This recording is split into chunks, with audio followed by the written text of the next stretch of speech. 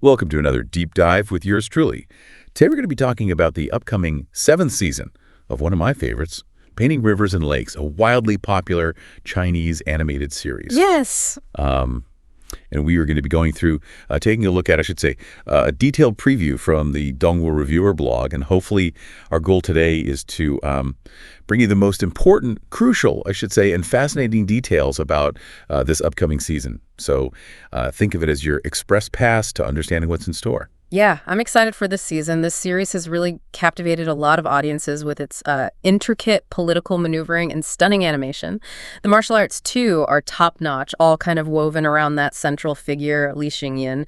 And with Season 7 premiering on Tencent Video March 27, 2025, the anticipation is definitely at a high point right now, fever pitch. Okay, so let's jump right in. Where do we find Li Xingyin as Season 7 begins? It looks like he's in a bit of a perilous position. Yeah, he is. He's going to be finding himself in the harsh northern desert at the start of Season 7. And not only that, but he's going to be under the control of Queen Duo. And that's not just a minor setback for him. It's a huge escalation of the conflict that's been brewing with this formidable adversary since last season. Yeah, Duo is certainly someone to watch out for. It seems like she's not letting up on Li Xingyin anytime soon. No, she's not. In fact, she's sent her son, Yaoguang, also known as the Grand Marshal, with a sizable military force specifically to capture Li Xingyin. So I think we can expect a major confrontation between the two of them pretty early on in this season. And, for our listeners, this also means we'll probably be seeing some high-stakes battles right out of the gate. So even with all of Li Xingyin's martial arts prowess, it looks like he's facing overwhelming numbers. What kind of strategies do you think he can employ to get out of this situation? Yeah, I think he's going to have to be pretty clever this season to make it out in one piece. But speaking of Duo, it looks like her role is going to be even more prominent this season. She's really stepping into the spotlight. Absolutely. She's becoming a central antagonist, someone who is really standing in direct opposition to Li Xingyin. And that decision to appoint her son Grand Marshal, it seems like a very calculated and strategic approach. What else can you tell us about this Queen of the Northern Desert that really, highlights the challenges that Li Xingyin is up against? Yeah, the Donghua reviewer blog really paints her as a power player. She's not just a ruler, but she's a strategic mastermind. She's very adept at both military and political maneuvering, and she's portrayed as a really fearless leader who inspires a ton of loyalty. There's also an interesting fact mentioned about her having an iron will. The post kind of illustrates this in a pretty dramatic way by saying she once cut off her own hand just to solidify her rule. So that should tell you something about her level of resolve and the fact that she doesn't back down easily from anything. Wow, cutting off her own hand. That definitely says a lot about her. What about her family? Who else is important in her sphere of influence? Well, we know that her husband was Yelu Baoji, and he's deceased now. Her son, as we've mentioned, is Yelu Yaoguang, the Grand Marshal. And she also has a daughter who is very important named Yelu Ziwu, who's also known as Aogu. The blog post mentions some of her allies, Dahifeng, Shli Qixiang, and Yalian Didi. And I think a very important detail for our listeners is that she also has a working relationship with Li Siwan, although it is conditional. So, there's a lot of potential for shifting alliances there and maybe even betrayals down the road. So she's definitely a central figure with some deep connections. Now, her daughter, Aogu, she's described as the great shaman. And she sounds like a really significant character this season. What can you tell us about her role? Yeah, Aogu is voiced by Li Shiming.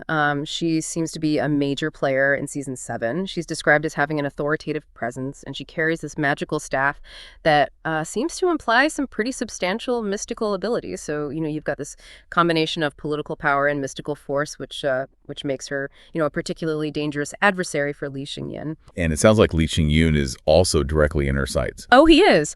There's a line in the blog where Duo directly orders Aogu to bring that person back. And it's very clear from the context that she's talking about Li Xingyin. So yeah, he's definitely her target.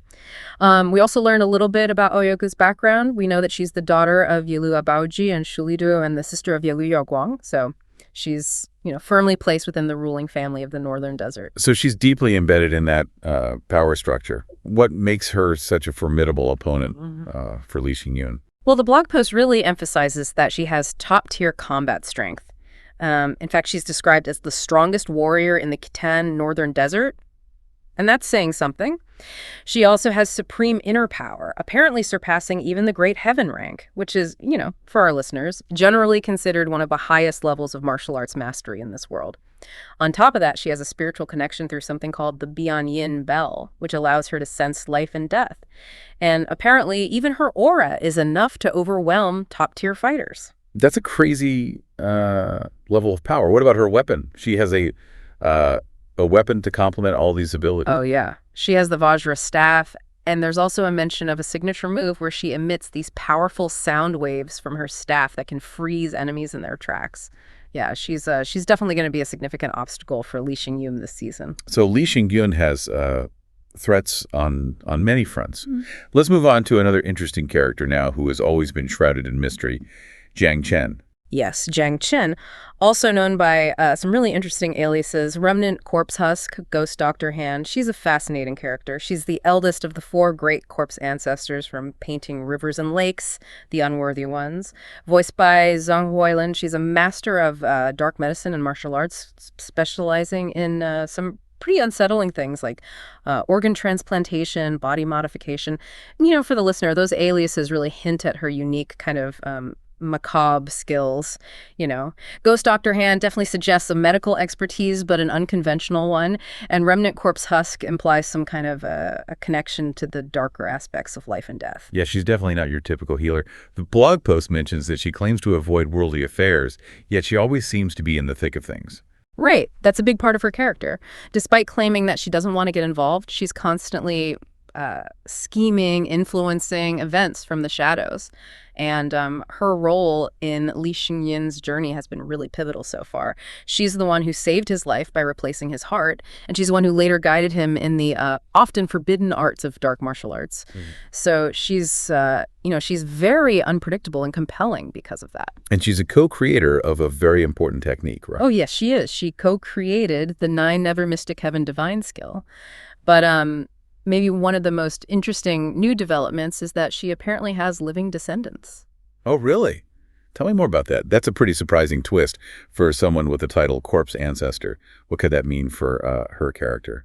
Well, reportedly, there's a preview scene that shows her approaching a young girl from the Yuling tribe and claiming to be her ancestor. This adds a whole new dimension to her backstory. It really raises questions about her past, her motivations, and whether this connection might humanize her in some unexpected ways, maybe even, shift her allegiance somehow. Yeah, it really does make you wonder about her history and just the extent of her influence.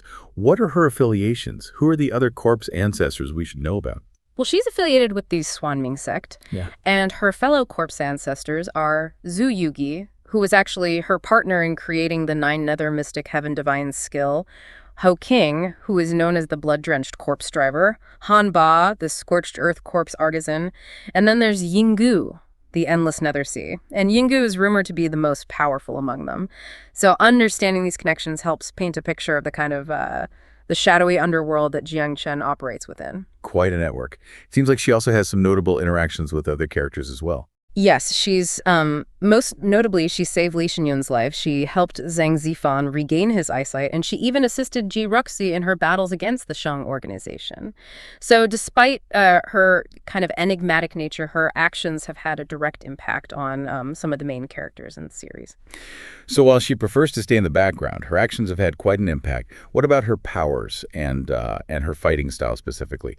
Anything that Li Xingyun might encounter or maybe even learn from? Yeah, besides the dark medicine, the 9 Nether Mystic Heaven Divine skill, she's also known for her highly unpredictable tactics. She uses explosives, high concentration explosives in combat, and she even uses surgical enhancements as well. So, she's got a sharp strategic mind despite claiming to not get involved. Her weapon of choice is the drum whip, which is described as being these razor-sharp wires, very dangerous. And she has this one technique that is mentioned that's particularly nasty, the corpse puppet bombs. Those are miniature humanoid explosives. Yeah, definitely not someone you want to cross. No, definitely not. The web of potential relationships and conflicts this season already sounds incredibly intricate. Now let's move on to some of the broader plot developments. It looks like the Beisishi Stones are going to be taking on a more a more significant role this season. Right. The blog actually unveils the mythic origins of the Baexishi stones, which is it's a fascinating piece of lore. So apparently the origins are very deeply rooted in an ancient northern desert legend, and this really enriches their significance within the world and within the story. So tell me more about that legend. Okay. So the legend tells of a warrior on a white horse and a fairy on a blue ox who met at the Yin Mountains. And the Baexishi stones are said to have originated from their 8 children, so they're believed to have supernatural properties because of that. And they're seen as these protective talismans. It adds a layer of cultural depth and really suggests that they might be more than just, powerful objects. That's a really interesting origin story. It definitely adds more weight to their presence in the story. And this directly ties into the setting of the season, the Northern Desert. Yeah, it does. The focus on the Northern Desert in Season 7 really represents a big shift in the narrative landscape. This region is becoming the central battleground for everything that unfolds. And a lot of key players are converging in this one location. Right. All these characters like Liang Xingyun, Ji Ruxu, the 4 corpse ancestors, they're all going to be in the Northern Desert. And it really seems like the region's political and spiritual environment is going to be crucial in determining the season's overall direction. Yeah, there's also mention of a rather ominous event, the elimination of the April Assembly warriors. What can you tell me about that? This was a big surprise to me when I read it. The post reveals that every single participant in the April Assembly has been wiped out before the event even began. So this introduces a major mystery and a lot of danger to the Northern Desert setting. It seems like some very powerful forces are at play here. That's really unsettling. Who could possibly be powerful enough to do something like that? And what would be the purpose? Yeah, that's a great question. This event really positions the April Assembly as something far more significant than just a cultural gathering. It really hints that it might have been a focal point for much larger conflicts, and someone wanted to prevent it from happening at all costs. Okay, so we have all of these really interesting character developments, intricate backstories, potential plot points. What can fans expect realistically from Season 7 in terms of the show's, familiar strengths, visual style, and so on? Well, I think they could expect the same high-quality animation that the series is known for. The Donghua reviewer post even anticipates enhancements in the visuals to depict the mystical elements surrounding the Baexishi stones and just those expanded environments in the Northern Desert. So, yeah, it's going to be visually stunning, I think. And the action sequences are always a big draw for painting rivers and lakes. Oh, yeah, absolutely. The series has a reputation for its meticulous choreography. Right. And I think given the increased stakes this season, all these new powerful characters, Season 7 is going to deliver even more spectacular and more intense combat sequences. Now, the series has always been really good at creating and developing these complex relationships between the characters. Yeah. Are those going to continue to evolve in this new setting? Oh, absolutely. As the characters form new alliances and face new confrontations in the Northern Desert, we can expect their relationships to really deepen and develop. And given the shifting power dynamics, the high stakes, there's bound to be new bonds forged and old ones shattered. Okay, so to sum it all up, it sounds like Season 7 is a big step forward for painting rivers and lakes, both in terms of the scope of the narrative and just the overall complexity of the story. Yeah, I think that's a great way to put it. By placing Li Xinyan in direct opposition to the forces of Shuli Duo, and by introducing this really compelling mystery surrounding the April Assembly, the narrative is moving beyond individual conflicts and starting to explore these broader geopolitical tensions and ancient secrets. And it's maintaining that balance between the character-driven storytelling and the really intricate world building that the series has always been known for. Right. The Northern Desert setting offers so many opportunities for cultural exploration and just some stunning visuals. So, yeah, it has the potential to, elevate the series to some new heights. So for you, our listener, here are the key takeaways from our deep dive into the Painting Rivers and Lakes Season 7 preview.